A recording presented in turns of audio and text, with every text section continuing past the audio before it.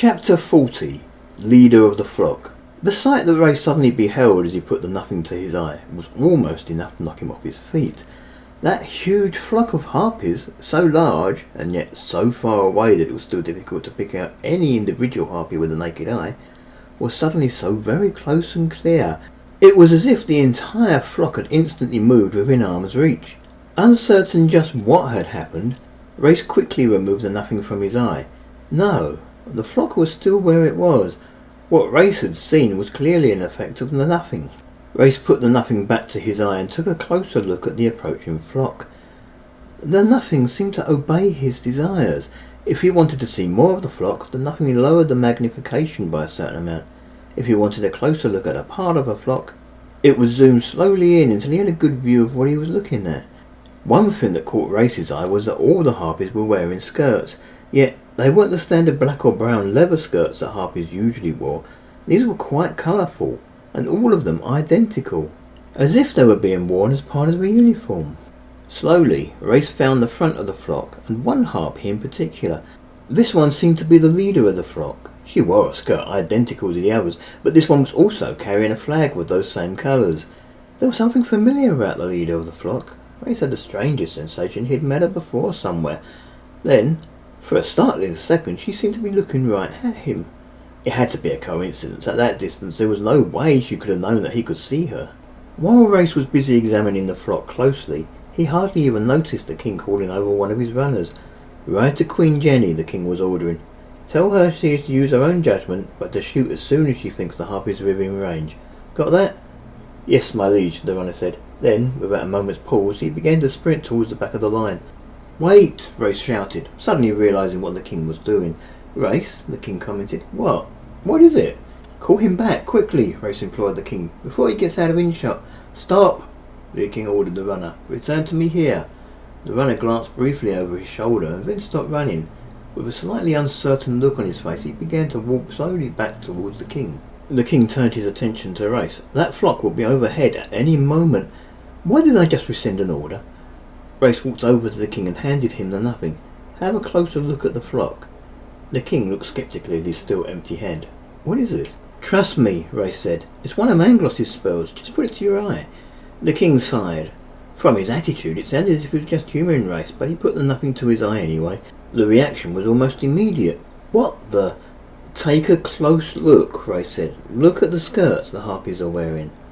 "I see them," the king replied calmly. "What about them?" "Don't you recognise them?" Reyes asked. "Those are the royal colours of Floroth. Those are your own colours." "I see," the king said, continuing to look through nothing. "I think you're right. What do you suppose it means?" "I'm not sure," Reyes said. "I almost hate to suggest it.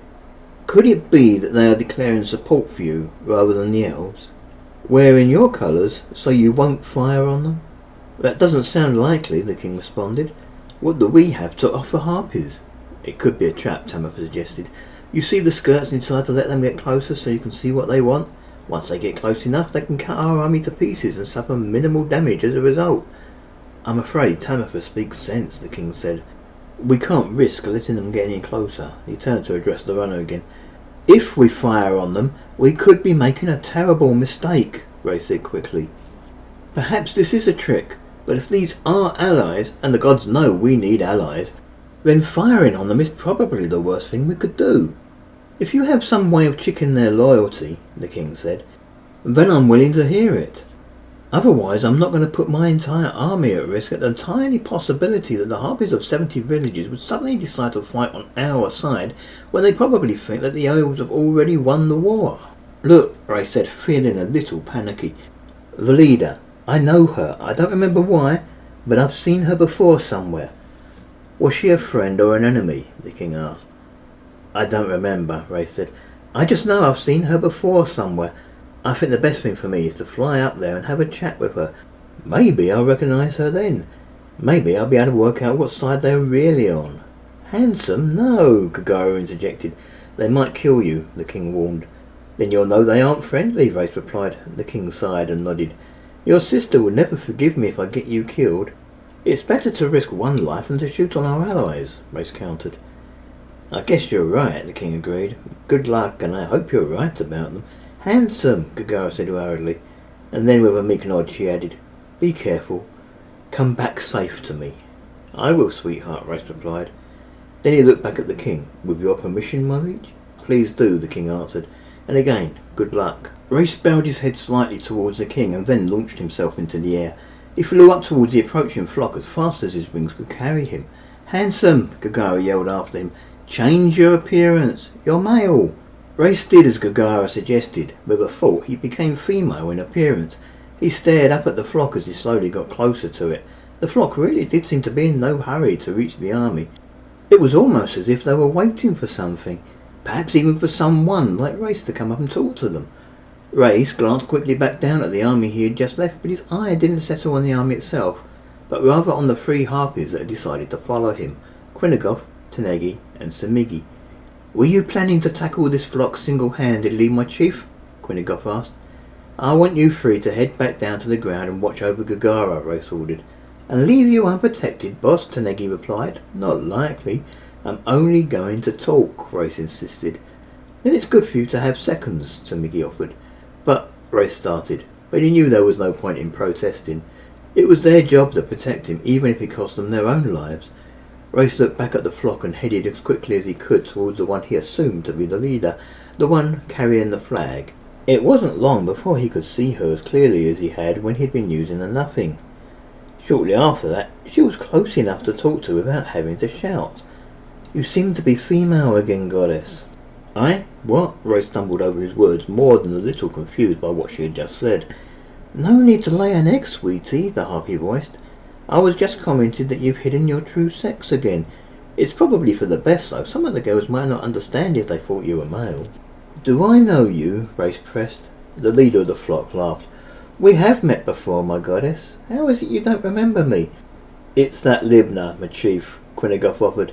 Libnah, Reyes said, genuinely pleased to see her. I thought I'd seen the last of you back in Alistran. Libnah smiled. When we parted, I told you I intended to try and raise an army in your name. I also promised that we would meet again on Arlis, whether I was successful or not. Yes, Reyes agreed happily, but I thought that was just hype. Well, Libnah said, as you can see, I keep my promises. What is more, I've brought you the huntresses of about 60 or so villages. I'm afraid that's all I was able to convince. You did a lot better than I could, Reyes admitted. He remembered how difficult it had been to convince even one village leader of his credentials, and he had been able to use magic. Don't be silly, my goddess, Libnah replied, evidently cheerful at the compliment. I'm sure you could have easily taught them into following you if you really tried. I know you were just testing me. Reyes looked at the flock in a new light. So, all these harpies are following you, and you are willing to follow me. I'd still like to join your village, Libnah claimed, though we can talk about that after the battle. If you would be willing to introduce me to the king, I'd like to make sure we're welcome before we surrender our lives in his cause. What? Reyes said uncertainly. Oh, yes, the king. Please follow me. I'd suggest the rest of the flock waits up here until the king is sure of you. We don't want to spook her into taking any rash action. Oh? Libnah asked teasingly, feeling a little nervous at the sight of so many harpies, is she? Then she bowed her head ever so slightly and glanced over her shoulder. Wait up here, girls. I'll give you a signal when it's safe to come down. What kind of signal? One of the harpies hovering right behind Libnah asked. Libnah commented. Oh, I'll wave my flag. Then she looked back at Reyes. Lead the way, goddess. Reyes turned and began to fly back down towards the head of the human army. It was a magnificent sight to behold from the air. The army may be small in comparison to what the elves had, but it was still an impressive sight. The soldiers stood neatly in their ranks, and even the peasants had been trained to drill properly and stood in neat lines. The knights sat on both flanks, with others close to the king, again in nice neat lines. Your army could use more cavalry, Libnah commented. I think you're right, Reyes replied. Horses have been hard to get hold of since the war started. Most of the cavalrymen we do have are being forced to fight as infantry. As you can see, we have some, and of course there's the knights. Right, Libnah commented. Well, at least you have some decent air support now. Quite, Reyes agreed, and then a sudden thought occurred to him. Hold on, how is it we can even see the army? What do you mean? Libnah asked. Our mage cast a spell to hide the army until we were ready to fight. We shouldn't be able to see them, Reyes explained. Libnah only said, Had your army not been visible, we wouldn't have known you were here to meet with you. But, Reyes said worriedly. Then he shook his head. There was no point in worrying about it now. The king was racing roughly where Reyes had left him, at the front of the army, close to the central-most point, with Tamitha and Anida still on either side of him, and a concerned-looking Gagara nearby. Gagara's face lit up with joy and relief as Reyes landed back close to her. "My liege," Reyes informed the king. He glanced briefly around at his wife and gave her a reassuring smile. "I have to report that our screen is down." "What?" the king said, concerned. "The enemy can see us," Reyes reiterated, pointing towards the pit and not the flock that hovered overhead. "Ahem," Libnah said. She landed just in front of the king's horse and almost immediately began to stroke its muzzle. Oh, yes," Reyes said. "I should introduce you to the leader of the flock. This is Libnah. It seems that she is indeed an old friend of mine." "An old friend?" the king replied sceptically. He began to look the harpy over. "When I was last in Goldspawn, I had this idea of trying to gather support for you from the nearby villages. The only one I was able to convince was Libnah. So basically I dropped the idea. Libnah, on the other hand, seems to have run with it. This flock above us is totally loyal to her, and she is loyal to me, and therefore to you, my liege." The king bowed his head just slightly towards Libnah. "Then I am proud to accept your presence among our forces." "My liege," Reyes addressed the king, "Libnah is a harpy. She doesn't understand." "Doesn't understand what?" Libnah asked. She smiled broadly. "You speak flourish?" Reyes asked, more than a little shocked. Libnah giggled. "Yes, I collect languages the way some girls collect pretty stones. Seriously though, I knew I was going to have to talk to your king when I got to Arlis, so I found someone to teach me the language." She turned her attention fully towards the king. "My flock is at your bidding." "I'm pleased to hear it, and I welcome you to our side in our hour of need," the king replied. Libnah turned her attention to Reyes again. "All the girls in my flock are wearing the same skirt. It might be an idea if we pass some around to those of your village, so there's no confusion during the battle." "Sounds good to me," Reyes agreed. "Reyes told me all about you," Gagara said. "Oh," Reyes placed his hands on Gagara's shoulders. "This is Gagara, my wife, and the leader of our village. It is she you will have to convince if you want to join my village." "Oh, so you're the goddess's mate? At least while she's in her current male incarnation." "You're a very lucky girl," Libnah said. "Reyes makes a very handsome chief, and she also makes a half-decent huntress. Mind you, I can see why she would pick you. You are a very pretty girl." Gagara offered a weak smile. "Thank you. I almost feel as if I should welcome you to the village immediately. If you still want to join us at the end of the battle, I'm sure you would be welcome." Libnah smiled broadly and bowed her head just slightly. The king, who obviously hadn't been able to follow what was being said while the harpies were chatting to each other, suddenly felt that he should say something. "I appreciate your help, but I have to ask, what's in it for you?" "Don't lay an egg, sweetie," Libnah replied. "Don't what?" the king said, puzzled. "We only want that which was promised to us," Libnah added. "Which is?" the king pressed. Libnah grinned. "Once the war is over and you've won your kingdom back, Reyes here has promised us that the mountain of Arlis will again become our property, and that members of our race will be allowed to come and go throughout Floroth as we pleased." "He what?" the king exclaimed. Reyes didn't remember promising any of that, and yet it didn't sound like an unreasonable request to him. Nevertheless, he felt he should add in a quick proviso. They would be subject to human laws, of course. "Of course," Libnah accepted. The king seemed to be shaking as if with anger, and then he looked up and seemed to be considering the size of the flock. He calmed down almost immediately and nodded his head. "Okay, that seems fair. Then, if it's okay, I'll signal that it's safe for my girls to land," Libnah commented.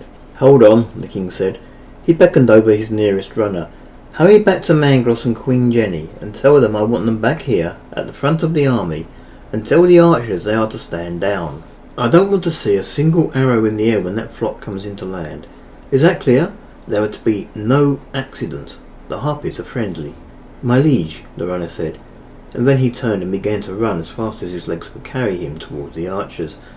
Reyes watched the runner go for a moment or two until he was out of sight. "Are you sure it's wise?" Anida said worriedly. "It could still be a trick." "I assure you it's no trick," Libnah offered. "If nothing else, there is a lot of face to be had in fighting alongside our goddess." The king then said, "I think she's telling the truth. I trust her. Don't you trust her?" I must admit, Anita commented, there is something about her that makes me want to trust her too. While Reyes had been in the air flying up to the flock, the king had apparently handed the nothing to the Duchess of Broughton. Tamitha had used it at first to get a close look at the approaching flock, to watch the meeting between Reyes and the leader of the flock. Now, though, she was paying very close attention to what was happening over at the pit. She had been relatively quiet up until now. Being only 10, perhaps she hadn't thought it was her place to speak. Now, though, it seemed that she had something to say. The elves have seen us. I can see them gathering their forces on the side of the pit nearest us. Harpies are beginning to gather in the skies above their heads. I can only assume they're massing their forces to come and meet us. Your flock was probably a bit of a giveaway, Gagara offered. I assume those other harpies aren't with you. I have no influence over them, Libnah said, answering in flourish for the benefit of the king. I only brought the ones nesting on the mountain. I'm afraid we're going to have to fight them. Then above the sound of everything else, Mangross's voice, amplified through the use of magic, suddenly shouted, Archers are standing down as ordered. I hope you know what you're doing. The king nodded. Good. Then he glanced at Libnah and said, You'd better call your girls in. It looks as if we might need them soon. Ideally, I want to attack before the enemy have a chance to deploy their forces properly. Libnah dropped another curtsy, and then began to wave her flag madly.